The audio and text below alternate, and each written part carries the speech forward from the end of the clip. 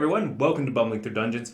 My name is Mark. Today we're talking about Waterdeep Dragon Heist. So I actually already did a video on Dragon Heist. This was some months ago after the book came out, and I had purchased it and read through it, and I talked about it was a bit of a preview slash review as I worked my way through the book and prepped it to run it in a campaign. So there were a lot of considerations for play and ways that I thought that I would like to handle various elements of the book at my table. So I'll link that video down in the description. It's one of the longer ones that I ever did, and I'm thankful to say that a lot of what I said in that video, a lot of my initial observations about the book, both its strengths and its weaknesses, ended up being more or less true as I ran through it. So the issues that I struggled with in the book were ones that I had identified beforehand, and the things that I really wanted to lean into and enjoyed about the book were some of the things that were the easiest to bring to life. That being said, I do have a new perspective on the campaign now that I'm finished running it with a group, and so this is going to be a little bit of a debrief. So this video will assume that you are at least marginally familiar with the plot of Dragon Heist. We're not going to go too in-depth into what's exactly in the book and all of the different plot beats that happen in it. There might be brief descriptions here and there about what is in the book, but that is going to be to talk about how I handled it instead, or what I had to alter in order to make it work for my group. So right off the bat, I'll say two things. One, I really enjoyed running Dragon Heist, and two, my estimation of the adventure is actually lower than when I initially read through it, now that I've completed a campaign. So those two statements might seem at odds with one another, but we'll get into why each of those can be true and is true in my case as we talk through what I had to do with the campaign. So my primary issue with the adventure, and we'll see this crop up throughout the video here and there in various smaller ways, but my primary issue is that it was very linear. Now, linear adventures aren't problems in and of themselves. They can be done very well, they can be very exciting, and there are elements in Dragon Heist that are very exciting.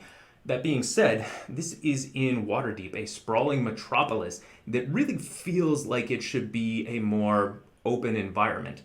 And with what the book gives you to work with, outside of some potential faction quests in Chapter 2, none of which are really fleshed out very much, there isn't a sense that you're in a sprawling metropolis where hundreds of things are going on, many of which the players are never going to be able to do because they have to stay focused on fewer number of things. But I wanted my game world to feel like it was this sprawling city, as sprawling urban environment that is sort of the New York City or London of the Forgotten Realms. And the other big reason that I don't think the linearity works on a handful of occasions is that the way this is structured tonally is that it presents a lot of different factions and villains and potential allies, and you get the sense that there's a lot of machinations going on behind the scene, and it gives the players a lot of people with whom to interact with, and allies that they can leverage to gain certain benefits, to help them with certain tasks.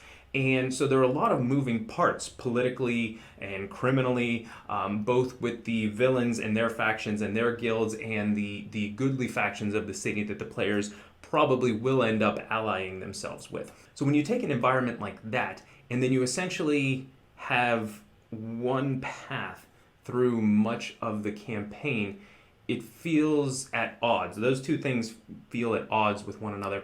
And I saw it crop up numerous times in my campaign. It didn't end up being a huge problem because I was willing to do the work to go with my players' decisions in a different direction and find ways that it could loop back into the central plot. But that's not going to be something that a lot of DMs want to do, and I don't think it's something that adventure books should ask of too many DMs. Now, the counterpoint to that is that this is a 1 to 5 adventure, so it does have to be fairly bounded. You can't just have a completely open world because then it would just be too open for the levels. It does have to stay fairly focused because it is a 1 to 5 adventure. But then my question becomes, well, then why set it in Waterdeep at all if you don't really want to use the setting to its fullest? Why not turn it into a 1 to 10 adventure so that you can breathe a little bit more with those elements? Or why not put it somewhere that's a little bit smaller so making it linear makes more sense. So the way I'm going to handle this is I'm going to skip over certain parts of the book where it's just giving you tools to work with and things like that. And I'm going to jump right into the chapters of the book that are the adventure. And then I'm going to have a very brief description. I'm going to have very brief thoughts on what I thought about it. And then we're going to talk a little bit about how I handled it, either as is written in the book or what I did differently and what that says about how I feel about how the book is structured. So chapter 1, A Friend in Need, starts off with the Yawning Portal, and Volo is their contact, and he sends them off on a quest that is supposed to get them to know the city a little bit. It's supposed to be a primer to the city. They end up in the sewers before long, so I don't think it actually acts as a primer to the city of Waterdeep in any meaningful sense. They do see a little bit of the dock ward, I guess, but it is a little bit weird that, like, hey, this is your introduction to Waterdeep. All right, into the sewers with you. But I do think this chapter actually works really well as an introductory chapter to a lot of the plot elements and a lot of the narrative arcs, what's going on in the city at the time, the war between the Xanathar Guild and the Zhentarim, and you learn a little bit from Renaer Neverember, who becomes an NPC ally, and you start to get some breadcrumbs that lead you into the main plot. I think it does a good job with this. I pretty much ran this as is, and I think it went pretty smoothly. My players ended up doing something in the Xanathar Guild sub-layer in the sewers, so they handled it in sort of a deceptive social manner rather than rushing in with their swords drawn, and that's fine. That's perfectly acceptable to handle lots of challenges this way, and I thought it was very clever. So I didn't end up running a whole lot of combat in the sewers, but it acted like it should as an introductory chapter to the whole thing. And by the end of the chapter, they have the manor in Trollskull Alley that Volo is trying to divest because he's got too many other things going on and he hasn't been able to devote any time to this manor that he owns the deed to. The one thing I do want to say about this chapter is that at several points, the book encourages you to hand the players the code legal, and it gives you this as one of the handouts to give to them. And being the dutiful DM that I am, I handed my players the code legal, not really thinking through all the implications of what is on the code legal. So I would like to say that you'll probably want to read through this in some detail and think about these laws that are actually in the code legal and how strictly you would like to enforce them in your campaign. This code legal that exists in Dragon Heist is either verbatim or close to verbatim from the code legal that Ed Greenwood created for the city of Waterdeep back in 2nd edition. And I think some of the more punitive elements of the code legal harken back to a different playstyle in 2nd edition. And it is a playstyle that a lot of 5th edition DMs might not want to run. And so I'll be honest, I gave them the code legal, and then it was largely ignored for the rest of the game. And when they read through it and saw some of the wildly punitive punishments for certain infractions, it became a running joke throughout the campaign where they would say, like, hey, we're breaking the code legal. Are you going to do anything about it? And usually the answer was no, because I didn't want to end up with them like banished or doing a bunch of different jailbreaks. You know, maybe once that would be fun, but that isn't the campaign that I signed up to run, and I don't think it was the campaign they signed up to play. So if I was running this again, what I would do is I would probably have the code legal, but I would take elements of the code legal, rewrite it in my own words, and then give them a version that I was a little bit more comfortable with running or with enforcing. And the point of the code legal, I think, is really good. You can see what the designers were going for when they included it, because this isn't a campaign that you can murder hobo your way through. So if you have a group that's like that, you need to have something that reminds them, hey, you're in civilization. There are guards and wizards and powerful factions and other heroes in this city, and you're not going to be able to just run amok and do whatever you want. So it's a guard against that style of play. In that sense, I really understand them including it, but the specific code legal that they have, I think, isn't going to match with the type of urban campaign that a lot of DMs want to run. So just read through it, see what you want to do with it. That would be my advice. I didn't do enough of that before handing it to my players, and frankly, throughout the campaign, we didn't really use it ever because I sort of had in my mind the type of legal and justice system that I wanted to run, and it wasn't quite the same as what was in the code legal. Chapter 2, Trollskull Alley. So this chapter is where they get their manor and then they can sink into the city a little bit, and it gives them a few different things that they can do on Trollskull Alley with the different businesses and NPCs that they'll meet, and a few potential plot hooks involving their tavern, most of which I didn't end up running because others became more prominent. But the other thing that it gives you is the faction quest chains for different factions that may reach out to the players and which they may want to ally with, and eventually that they'll be working with and able to leverage in different ways throughout the campaign. So I mentioned this in my earlier review, and I'll repeat it here. The faction quests are very, very short. They might only be 2 or 3 sentences. They don't really give you much to work off of, and it really expects you to flesh out each of these quests if you want it to be more than a few dice rolls. Moreover, many of these quests I think I read through and they were duds. There wasn't anything exciting to me in them. And I think most DMs are going to feel this way too. They'll read through a quest chain for the Harpers or Force Grey or Brigandareth, and they'll say, okay, there's one idea in here that I really like, and these other 3 I could do without. I don't really want to run those.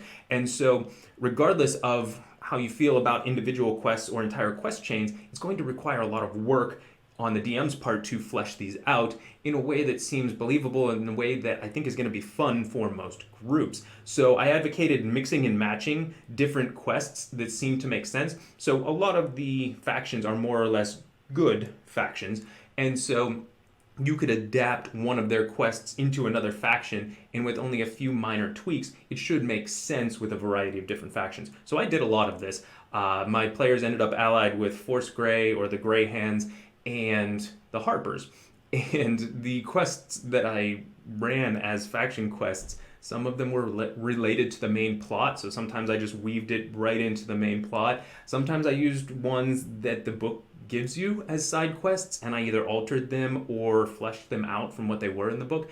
And other times I was pulling from other faction chains. So I think this worked out pretty well, and I think this is what you're going to have to do to run the best version of it for you. But it is going to require a lot of work because they don't do any of that work for you in fleshing out these side quests. So this is also where I really wanted to flesh out the city and let them experience the urban environment. There were a few problems here, and so there were a few tweaks I had to make in order to make this work. So there wasn't enough in the faction quest for me to say, all right, this is going to make them feel like there's tons going on in Waterdeep. So I introduced 2 things using supplements that I got off of the DM's Guild, which I'll link down in the description. The first was job boards, and I actually printed out a sheet of paper that had, on glossy paper, that had the different jobs on the job board that would show up in their tavern, and when they came in for a session, it was their job to look to see if any of the quests had changed. And I told them, you can follow up on any of these on the job board. A lot of them won't apply to the main quest, but some of them might. You're not going to be sure which ones will or won't. And so that allowed them to determine what was important to them, what was interesting to them. It was a nice way for them to feel like there was a lot going on in the city. The second thing I did along these same lines was I had a supplement that was newspapers, so or at least newspaper cover pages. And I downloaded this, printed out a bunch of them, and every day or 2, a new newspaper would come, and the players could read through it, and there are definitely things in these newspapers that could act as plot hooks. Now, similarly to what's in the book, the plot hooks that exist in these newspaper headlines and in some of the copy for the articles, it's not fleshed out at all.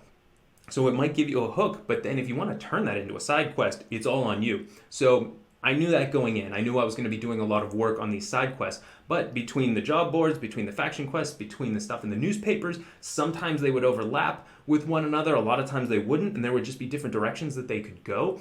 It was a lot of work on my part, but I think this was, to me, the section that allowed me to run the version of Waterdeep that I envisioned in my mind, and the version of Waterdeep that I don't think quite exists in the book. The other issue here is that the PCs are level 2 at this point, and if you're listening to all of these different quests and side quests and things that I'm introducing and you're thinking, wow, that must have taken them a while to play through, you're right. And you probably don't want to spend 5 to 10 sessions at level 2. Usually, in most campaigns, I think, you're only going to spend 2, maybe 3 sessions at level 2 before you level up, because there's not a whole lot you can do at that point. You want to gain some more abilities, get up into some of the higher levels, and So I didn't wait for the fireball that kicks off chapter 3 in order to level up my party to level 3. So we spent 3, maybe 4 sessions at level 2 doing all of this, and then we spent another 3 or 4 sessions just sort of exploring the city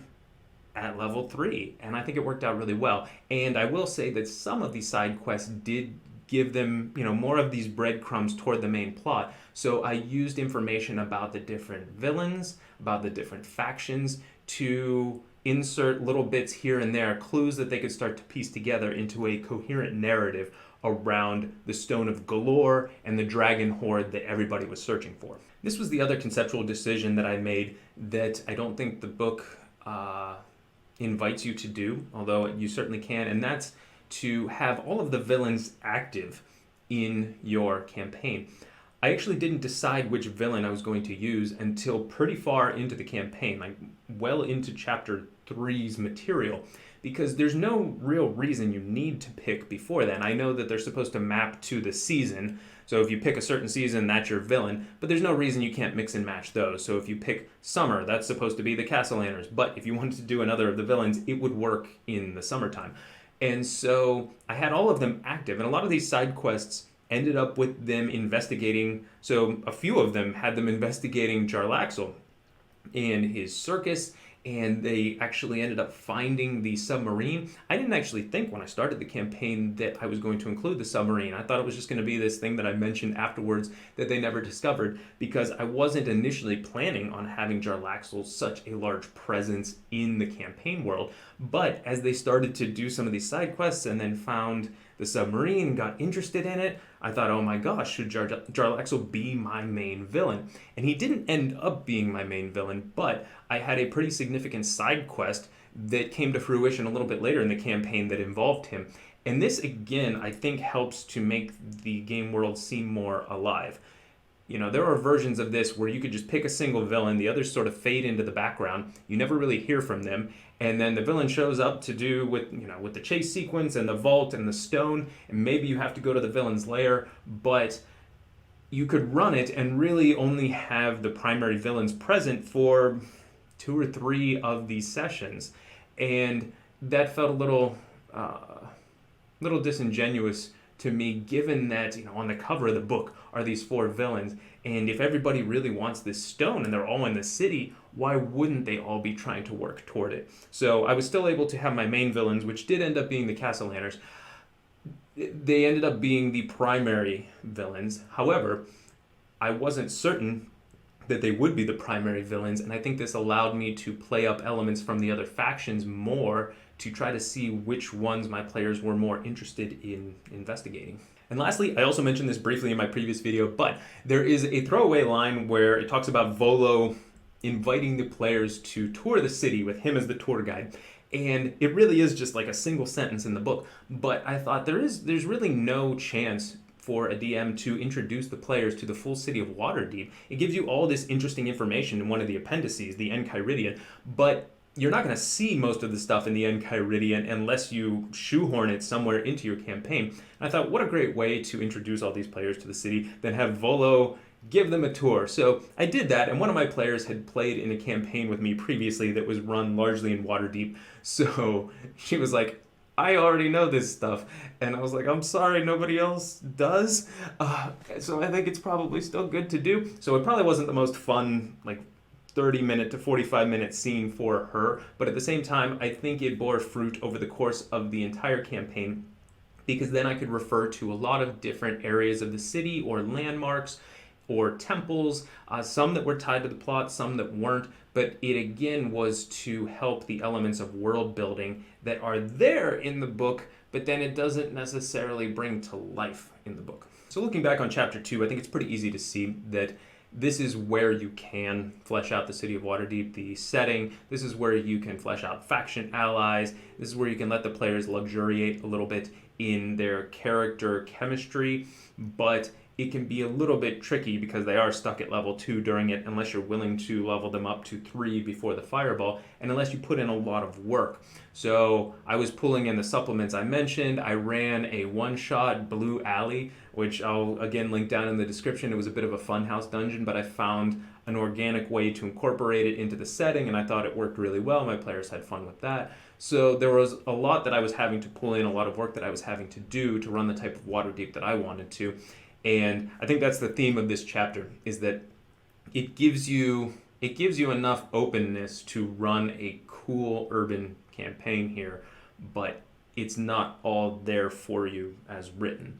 And that's going to be okay for some DMs, and that's going to be very onerous for others. So your mileage may vary.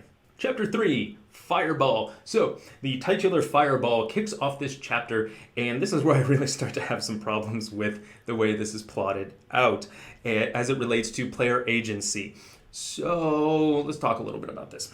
So you would think, perhaps, that the players are investigating these things in Chapter 2, they're doing faction quests, they're exploring the city. Maybe something that they would do would lead them toward some clues that would lead them toward the thing that kicks off the Fireball. But no, the Fireball just shows up at their doorstep. It's whenever you decide, okay, it's time for Chapter 3, and the Fireball, boom, explodes, and Dalakar the gnome is dead, and everything kicks off, and they start getting the clues to piece together to get toward the Stone of Galore. So I think there was tons of ways that they could have made it so that there were clues embedded throughout the earlier material, so that it's the player's actions that lead to something that triggers the event that is the Fireball. That's how I eventually ran it. My Fireball event did not happen in front of Trollskull Alley. It was an entirely different section of the city, and it was when the players were investigating something related to the Zentarum.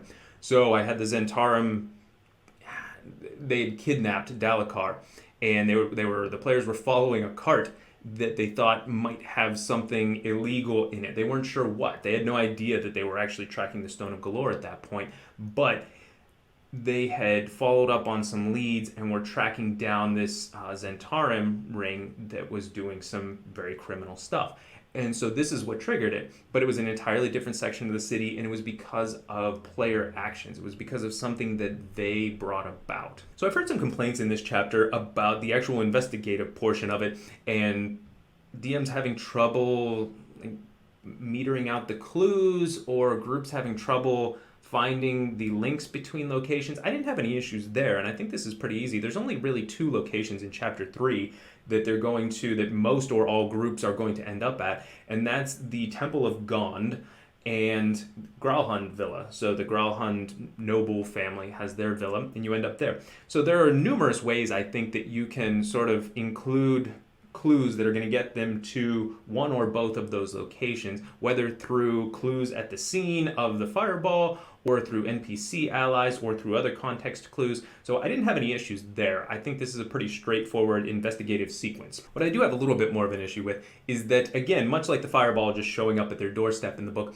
there are a lot of things that remove player agency and just sort of hand the plot to them. So the next that I'm thinking of, and I did run this as written in the book because I couldn't think of a great way to run it in a different way, is that you go to the Temple of Gond and you end up with a device that you can just sort of like hold up and wait for it to go ding, and it points you toward the next plot point. So it's, again, not the players really investigating. You get this device, you get this plot device, and then you can just literally wander around the city for a period of hours, days, weeks, it doesn't really matter, until it goes ding and you realize, oh, okay, here's where the next plot point is.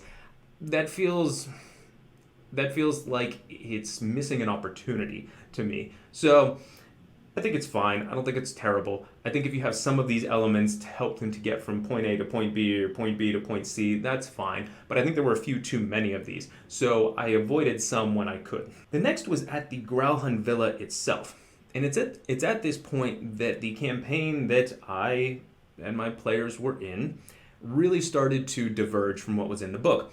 Even with all the things I added to Chapter 2, nothing was really different. It was just more fleshed out. But in Growlhund Villa, you're investigating what's going on at the villa itself, and you don't have all the facts, and the Growlhunds aren't going to be too cooperative. They're going to try to mislead you because they're working with the villain, of course.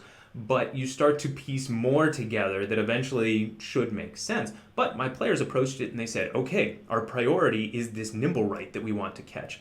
Now, they approach this with the intent of capturing the Nimblewright, and in the book, it just tells you, oh, while they're doing something at the Growlhund Villa, the Nimblewright gets away.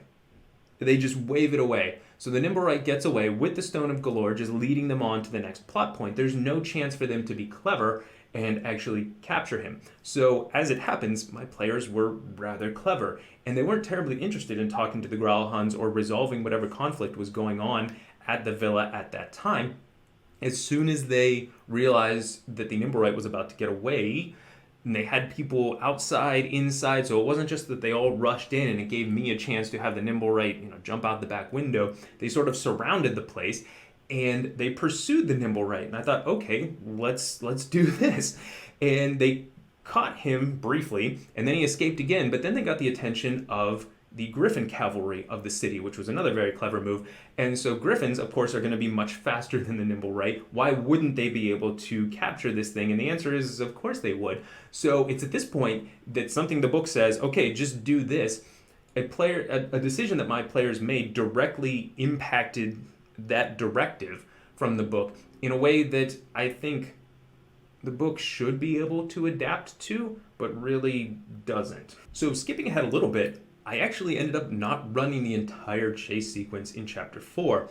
I'm actually okay with that for reasons that we'll get to a little bit later, but it was because it didn't make any more sense unless I really just wanted to pull the rug out from my players and say, nope, he gets away, sorry, bye. See you in the next scene.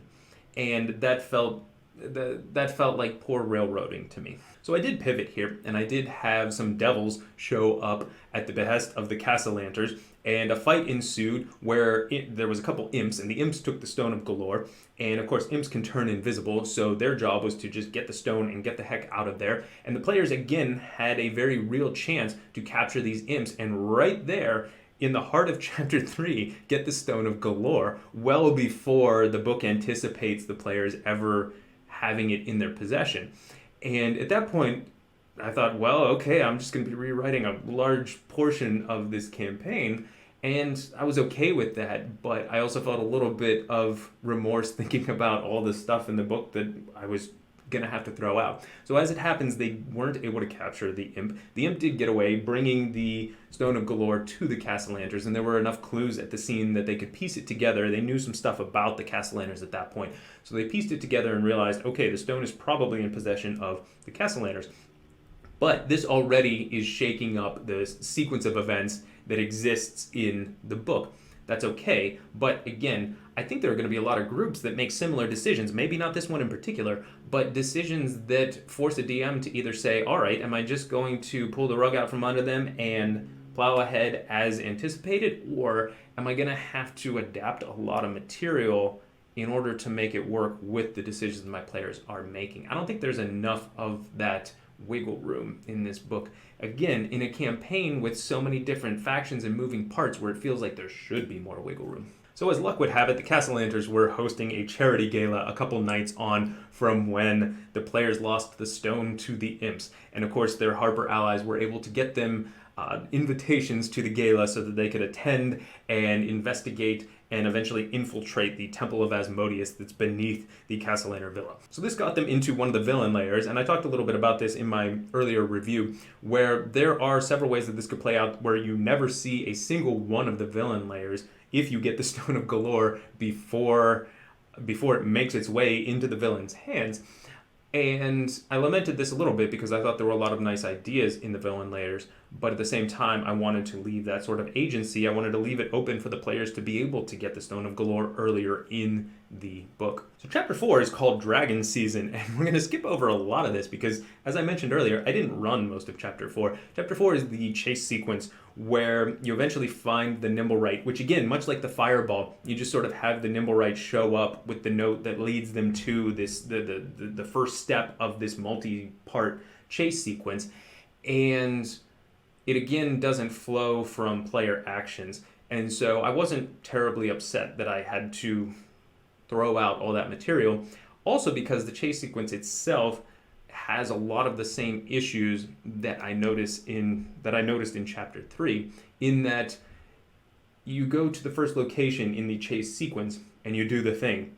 And then you as a DM have to say, oh, but the Stone of Galore just gets away to location number 2. So you go to location number 2 and you do the thing. And they might make some good rolls and they might do the thing in location number 2 really well. And then you as a DM have to say, oh, sorry, the Stone of Galore just got away. It's off to location number 3. And then how many times do you do that before it starts to feel a little trite? Before it starts to feel a little railroaded? I don't know. The answer for me is pretty darn soon. I wouldn't even want to do that once. And some of these chase sequences, let's see, I have it open here. It's like 1, 2, 3, it's like 8 different encounters. So how long do you do that before you legitimately give them a chance to get the stone? And I'm guessing at one of those locations they're going to do something really smart or really cool, or use their abilities and items or allies in a way that come together in a way where they should get the Stone of Galore. And so the stone's never going to get to the villain layers. And as I mentioned before, you don't have to introduce a villain until, you might never have to introduce a villain. If that happens in your campaign and you haven't really introduced which villain is behind all of it, holy crap. Like, you could just run the whole thing without a singular villain. And that's really weird for something that touts itself on having all of these very present and very iconic villains like the Xanathar and like Jarlaxle and Manshoon. I mean, all of them, really. So the other big element in Chapter 4 is the vault itself. And the vault, I actually don't have anything bad to say about. I ran it pretty much as written, and I think it's a nice conclusion to the adventure, or near conclusion, depending on what happens after it. One thing I do want to talk about is the vault keys, though. And we actually talked about this both in the review for Dragon Heist, and I also talked about this concept in my review and deep dive into Curse of Strahd. So this isn't really spoilery for Curse of Strahd if you haven't played it, but as a DM for Strahd, there is a tarot deck, essentially. It's called a Taraka deck. And there are plot elements that are randomized through this card deck. And the players will actually get a card reading, and you draw these cards, and the way that the cards come out, in what order and how they pair together, can sort of randomize certain elements within the campaign, so that there are a lot of the same elements, but they'll be shuffled around depending on which iteration of the campaign you're playing through. I think this is fine. I think it's cool. I don't mind elements like this at all, but one thing that my DM did when I played Curse of Strahd, and that I really liked, was that she said there were a couple things in the Taraka deck that she really didn't like and really wasn't passionate about running, and others that she thought were really interesting ideas. And so she essentially rigged the tarot deck in order for it to have a couple outcomes that she wanted us to run. I think this is fine.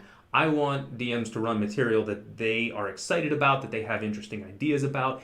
And with the vault keys, it asks you to roll 3d6 to randomly determine the keys to the vault. I think it does say that if you just want to choose the ones that seem the most interesting to you, go ahead and do so. So I think that's a nice little note, and that's exactly what I did, and that's what I would encourage a lot of DMs to do. If you're looking through that list and you see 6 of them, and there's one of them on that list, and you're like, wow, that would be really cool for such and such a reason, then absolutely, I think you should pick that one. So all 3 I picked because I thought they would create some interesting choices for the players. So the first was a unicorn, and the crystalline unicorn statue is the final treasure that you get in the Blue Alley dungeon that I referenced earlier.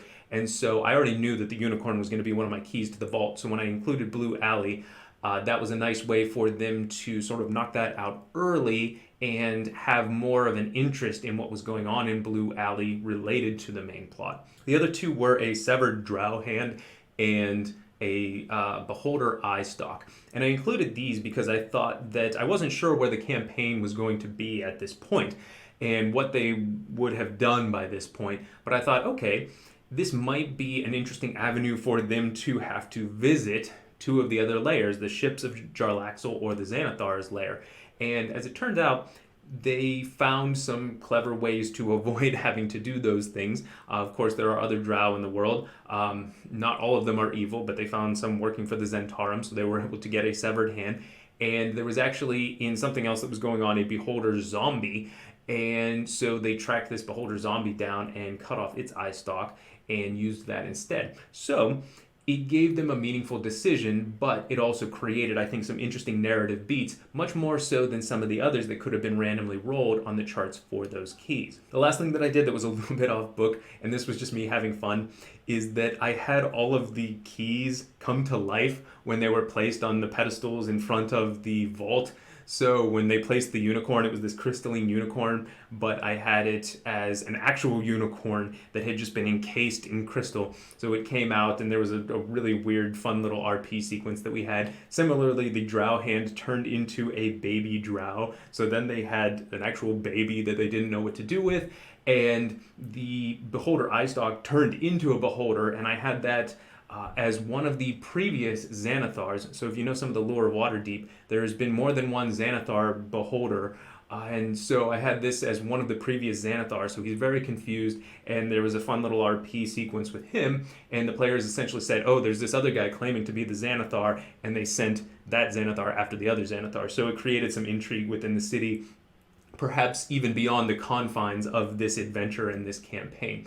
So that was just me having a little bit of fun, but I think it worked out pretty nicely and was an unexpected little bit for my players as they achieved this stage in the campaign. Chapters 5 through 8 are the villain layers, and I actually want to step back in my own campaign from the vault a little bit because, of course, the campaign that I was running isn't exactly the one that was in the book. And I want to talk about one more thing that is conceptually very similar to some of the problems I had in Chapter 3, and was one more example of how I think there are some oversights in the book related to player decisions and player agency. So, after they infiltrated the Castellanter villa and they found the Temple of Asmodeus beneath it, they got the Stone of Galore. One of them grabbed the Stone of Galore, did not make the saving throw to sort of master it and glean the information from it that they would need.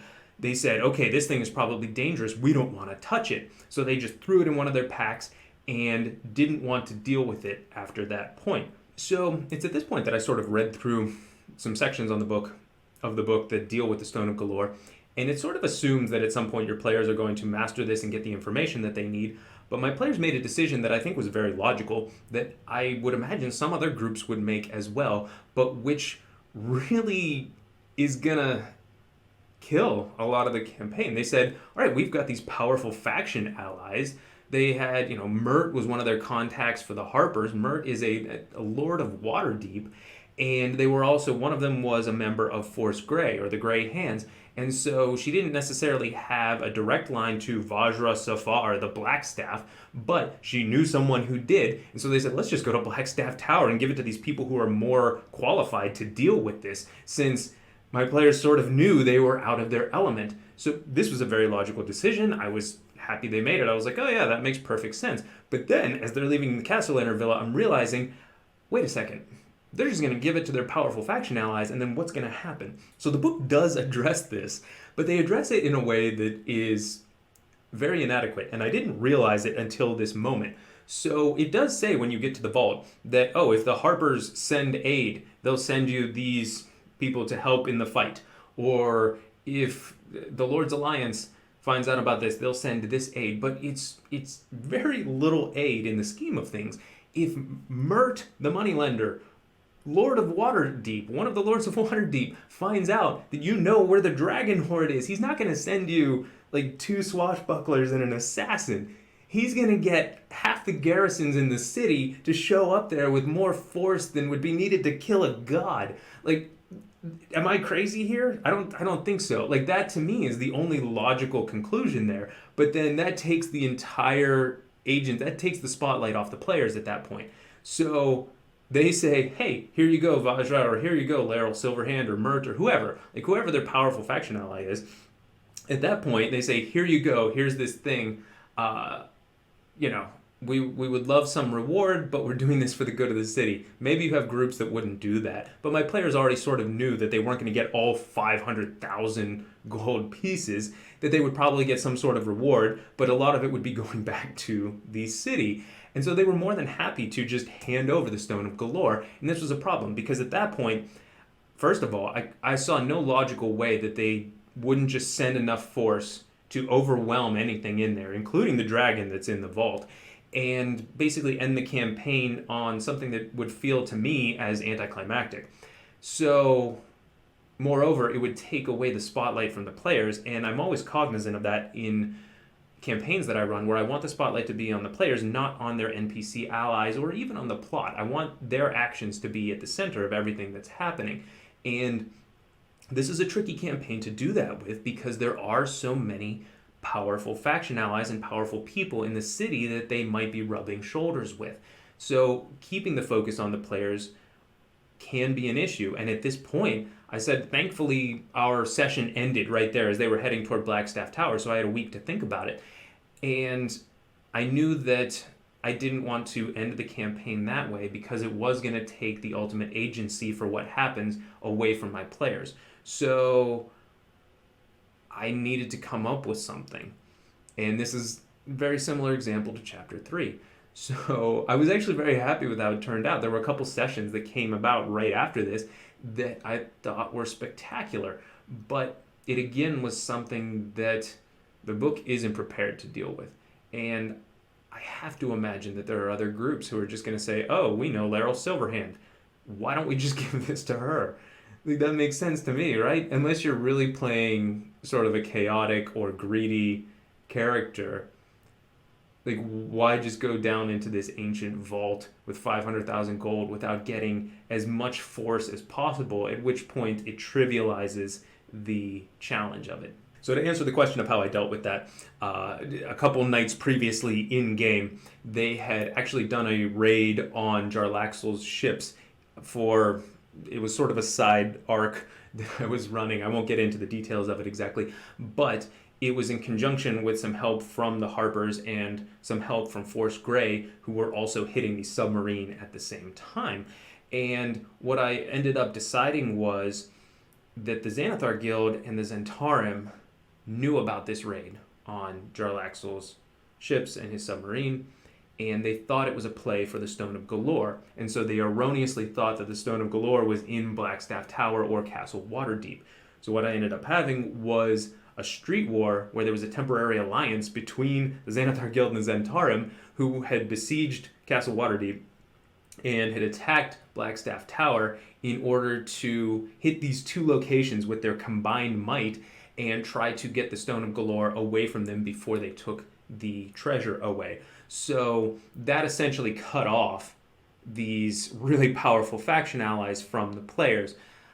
Was it a little bit of a plot device? Yes, but it was with the intent of keeping the focus and the agency on the players and allowing them to be the ones who decided how things played out in the vault, and to give them a challenge related to the vault. And like I said, I thought there were a couple spectacular sessions in there. There were also some elements that I did sort of have to shoehorn in as a result of it. I think this is, when you're mixing something that is pre-generated with homebrew, there are going to be times where it doesn't work together perfectly. So there was one point where one of the PCs ended up incarcerated by the Castellaners, and I didn't feel too great about that, and she ended up spending most of the session sort of behind bars.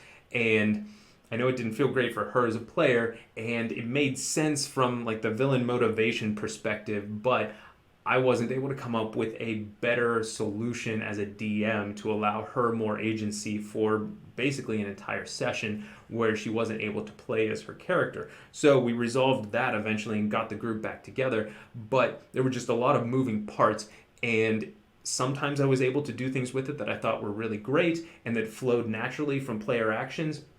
And other times it was a little bit trickier because you're having to juggle a lot of balls at the same time and make them form a coherent story. So yeah, there was a point, there was a mild out-of-body experience I had at one point where there was a street war going on and they were having a fight on the streets against a mercenary company for the Zentarim, the Doom Raiders, who actually are in the book, and they had one of their faction allies helping them out, but certainly were still in quite a bit of danger. And I was looking at everything that was going on and I was saying, okay, this is fun, but my goodness, are we even running Dragon Heist anymore? And I kept telling my players, who absolutely knew this, that somewhere in everything that we were doing was the Dragon Heist adventure, but it was much more loose than I think a lot of groups wound up running it as. So chapters 5 through 8 are the villain layers, And I ended up running, and I put those in air quotes, running two of the villain layers, Jarlaxle's and the Castellaners. But as it happens, both of them ended up being very different versions than what's in the book. I do actually think there are a number of good ideas in these layers. My players had the opportunity to go to the Xanathar's lair, which I think I would have run the closest to as is in the book. All of my prep and notes and were very similar to what was in the book. I had to change very little to account for what had happened in our campaign. So I think that they all represent some pretty cool evil factions. I think they all have some interesting motivations. The Castellaners I picked because I thought they had one of the more interesting motivations for wanting the gold.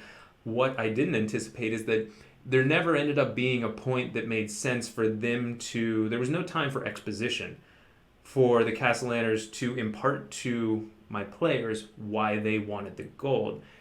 I was hoping to have that at some point, but I didn't want to force it because while the Castellaners are definitely evil, their immediate reason for wanting the gold is a little bit sympathetic. So it may have given the players a little bit of a moral conundrum. It didn't end up playing out that way, and that's fine. If you have a villain that is just sort of overtly villainous and never has a whole lot of extra nuance to them, that can be fine. That can be a lot of fun as well.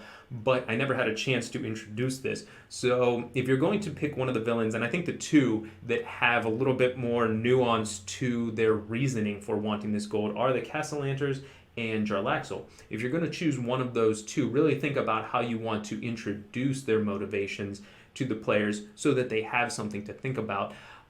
Like I said, it didn't end up being an issue. I think it went pretty well. My players were appropriately enraged at the sight of the Castellaners, and that's really what you want your villains to do. You want your players to love to hate them, essentially. But there was not that extra depth to their characterizations as a result. And I don't think there's anything wrong with running any of these villains as just sort of overtly villainous. I want the money for greedy, selfish reasons. I don't think there's any problem with running it that way because there is enough else going on in the campaign with the other NPCs, with the other factions, that you don't necessarily have to have a incredibly nuanced three-dimensional villain. If they are a little bit more one-dimensional, there's still enough for the players to interact with and people for them to interact with that it's not just a good versus evil plot. So I have a number of concluding thoughts, but I think for the most part, talking through the different sections of the book, how I ran it, how they went, what I had to add, what I had to change, is going to give you a good sense of how I approached it and also what I thought of the adventure as it is in the book. So it should come as no huge surprise that this wasn't necessarily my favorite adventure as it exists as written, but as I said at the beginning, and I'll reiterate here and emphasize here, I had a blast running this. Part of it was because I was already familiar with the city of Waterdeep, and I feel very comfortable building out urban-style campaigns. Part of it was because I have a really good group who's willing to collaborate with me and build stuff on their own as part of the world building from their character's perspective that gives me a lot to work with. So it made my job easier when they would naturally create connections to the PCs and the factions and between each other and the different elements in the world to sort of embed their party within the world. So I think to a large extent, DMs are only as good as their players, and I was very fortunate to have a group that was very cognizant of the type of campaign that they were in and wanting to make the most out of it for themselves. And as to the question of hey Mark, do you recommend this adventure? It's a tricky question. My answer for most is probably going to be no, because I think there are better 1 to 5 adventures. I think there are going to be better adventures for lots of different DMing styles. But I did a video recently on Ghosts of Saltmarsh where I talked extensively about what is the best adventure in 5th edition. And I don't think there's a single answer to that, because I think the answer relies heavily upon the answer to the question, what style of DM are you? And so there are going to be people to whom Dragon Heist is a great adventure. And I actually think it's probably a pretty good one for new groups, new players, not necessarily new DMs, because with new players, they don't necessarily know what to expect. Hopefully they're not murder hobos, although they might be, in which case this might not be the best adventure for them.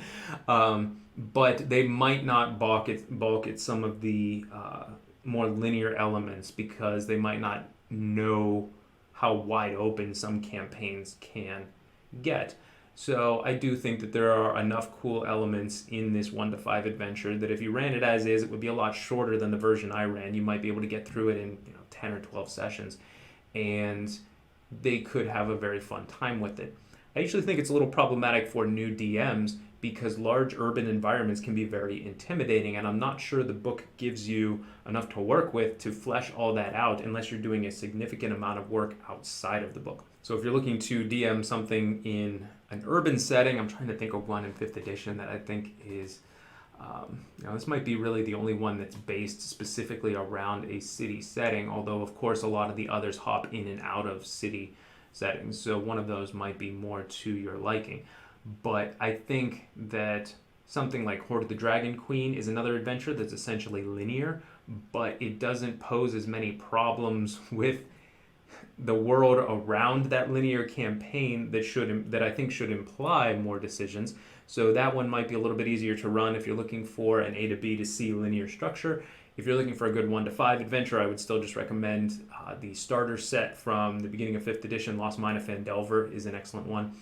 But I think that there will be groups to whom this is a really cool campaign, and I'm happy to say that I think my group is among those, but part of it is because we had the right mix of experience and mentality to make it work, not because the adventure itself set us up for all of that success right out of the gate. And in scouring the internet, I would say that I'm definitely not in the minority with this opinion. So some of the pros and cons might differ from review to review about Dragon Heist, but most that I've seen in video or read in blogs and things like that have found some silver lining, have found some elements that they really enjoy, but they've stopped short of a recommendation.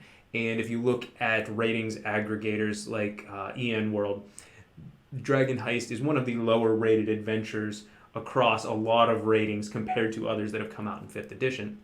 But again, if you're really excited about an urban campaign or specifically a campaign in Waterdeep as I was, I think you can make it work. Any campaign setting, any campaign idea can be turned into D&D gold with the right amount of passion. It's just that I think some require more investment than others in order to find that gold. So I changed my camera angle so that you can see what's going on here on my table with the battle map. I made fully printable, full-scale battle maps that are accurate to the book to use, and they've been really cool. But what we're looking at here is the vault, and as I record this, I'm actually, my group is a session or 2 away from being done. So I'm actually not fully through the campaign just yet. I felt confident recording this video because we're through so much of the campaign that it's not going to change, and it's really not going to change my opinion of it either, I don't think. But I suppose if you see my appearance change in the last minute or 2 of this video, it means I had to re-record a few things as a result of what happens in these final sessions. But it really has been a fun campaign, and this is a neat little encounter here. So the 2 prone figures you see are Victoro Casalanter and his bodyguard, who have been found out by the dragon, who is enraged and is probably about to kill both of them. And there are some enemies and allies and players in this scene here, so it's a pretty chaotic scene. And the dragon isn't necessarily their friend at this point either, although he's more upset at the Casalanters than he is at the players. So there's a lot of different ways it could still play out, so I'm excited to see. I still have at least a couple tricks up my sleeve for the players, and I'm sure they will find some ways to surprise me, as they usually do as well. But it really has been a cool campaign. I'm excited to see it end, and I'm excited to get this video out there because this was the first book in 5th edition that I really dug into as deeply as I did with this one, from beginning to end and then running through it. So I've done reviews of some of the others, and I've run elements of some of the others in my campaigns, but this is the one that I was most invested in. So it's been a fun experience. But that's it for this video, and I will see you in the next one. Until then, take care, guys.